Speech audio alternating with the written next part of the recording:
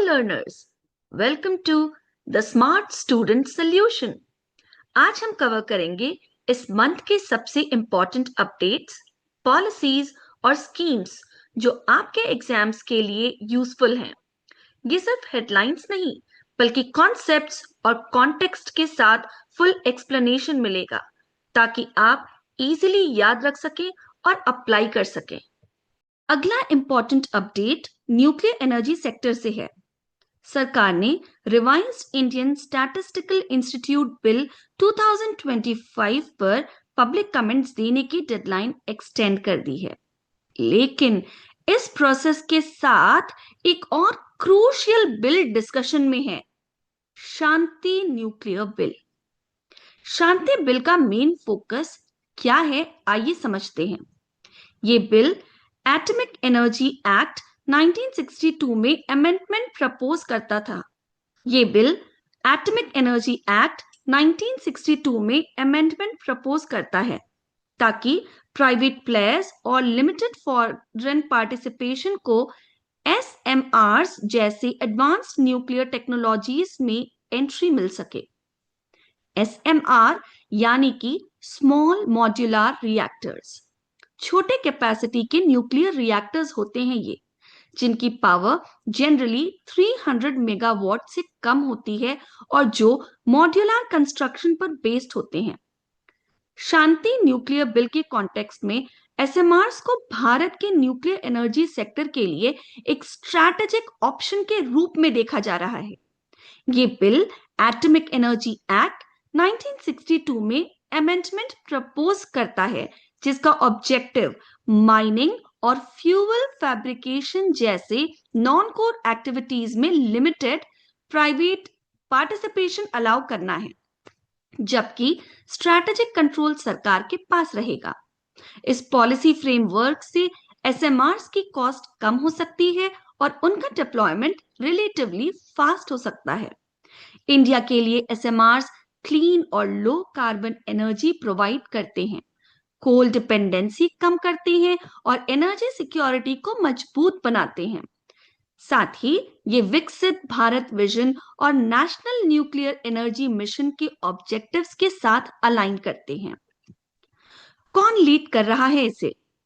इस डेवलपमेंट से जुड़ी update union minister doctor Jitendra Singh ने शेयर की हैं, जो डिपार्टमेंट ऑफ एटॉमिक एनर्जी से भी लिंक्ड मैटर्स देखते हैं। पब्लिक कंसल्टेशन डेडलाइन एक्सटेंशन का नोटिस 15 दिसंबर 2025 को इशू हुआ। अब जानते हैं कि ये कहां इंप्लीमेंट होगा। जी हां, इंडिया में, जहां बार्क यानी कि भाभा एटॉमिक रिसर्च सेंटर है, एसएमआर डिजाइन्स और न्यूक्लियर आर&डी का की इंस्टीट्यूशन है। आखिर इस अमेंडमेंट की जरूरत क्यों पड़ी? क्योंकि इसका गोल है न्यूक्लियर एनर्जी कैपेसिटी बढ़ाना, long term energy security ensure करना, एडवांस्ड टेक्नोलॉजी एक्सेस करना। एक्सपर्ट के मुताबिक इससे Indo US civil nuclear cooperation जैसे इनिशिएटिव्स को भी एक नया पुश मिल सकता है।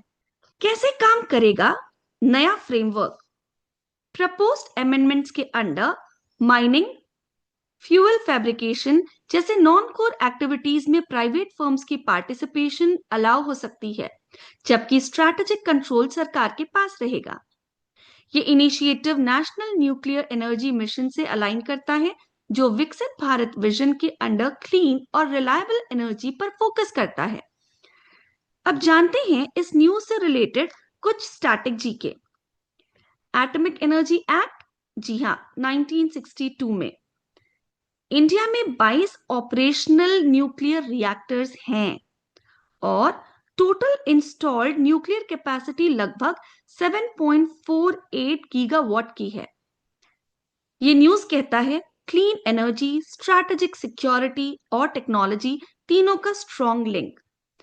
अब ये जानने के लिए कि हमें ये टॉपिक कितना समझ आया, करते हैं सॉल्व एक क्वेश्चन। चलिए फटाफट कमेंट बॉक्स में आंसर बताइए।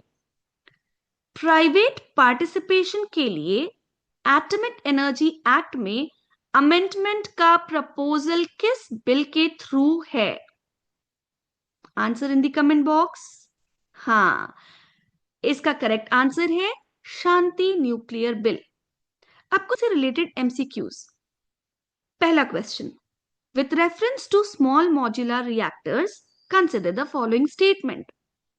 SMRs generally have a power capacity of less than 300 megawatt. SMRs are designed for modular construction and factory-based manufacturing. SMRs require larger exclusion zones than conventional nuclear reactors. SMRs rely mainly on passive safety system. इसका correct answer है option A, first, second and fourth. अब अगला question, the proposed Shanti nuclear bill primarily seeks to, answers in the comment box.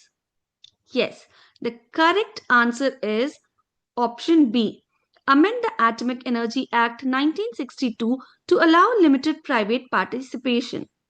अब अगला question, why are small modular reactors considered suitable for India's future energy needs? Write down the correct answer in the comment box. And the correct answer is option C. They offer clean energy with flexible and scalable deployment. Next question. With reference to India's nuclear energy sector, which of the following statement is or are correct? India's nuclear program is governed by the Atomic Energy Act 1962. India currently operates 22 nuclear reactors. Quickly write down the answer in the comment box. And the correct answer is option C. Both the statements are correct. Now let's come to the last question of the CA.